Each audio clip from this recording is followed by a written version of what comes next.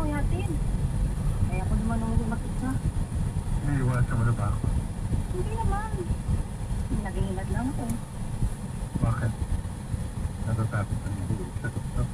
Gano'n na nga.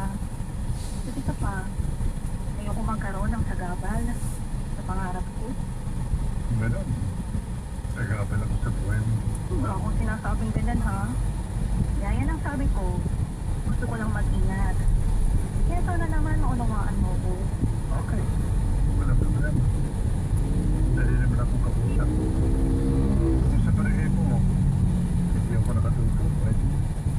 Kailangan ko talaga mag-bibisita ito sa'yo. Pero sana naman, hindi ka na mag-usap na kayo sa akin. Nagsamantala lang naman po.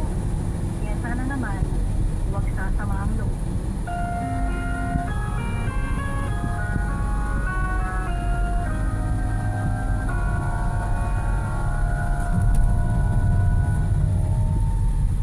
Christopher po, dati na ako na-stroke. Sobrang hirap. Kaya ngayong okay na ako, dobleng ingat na. Tinigil ko ang piso with healthy diet and exercise. Tutok ko na. Malaking tulong din ang Central Plus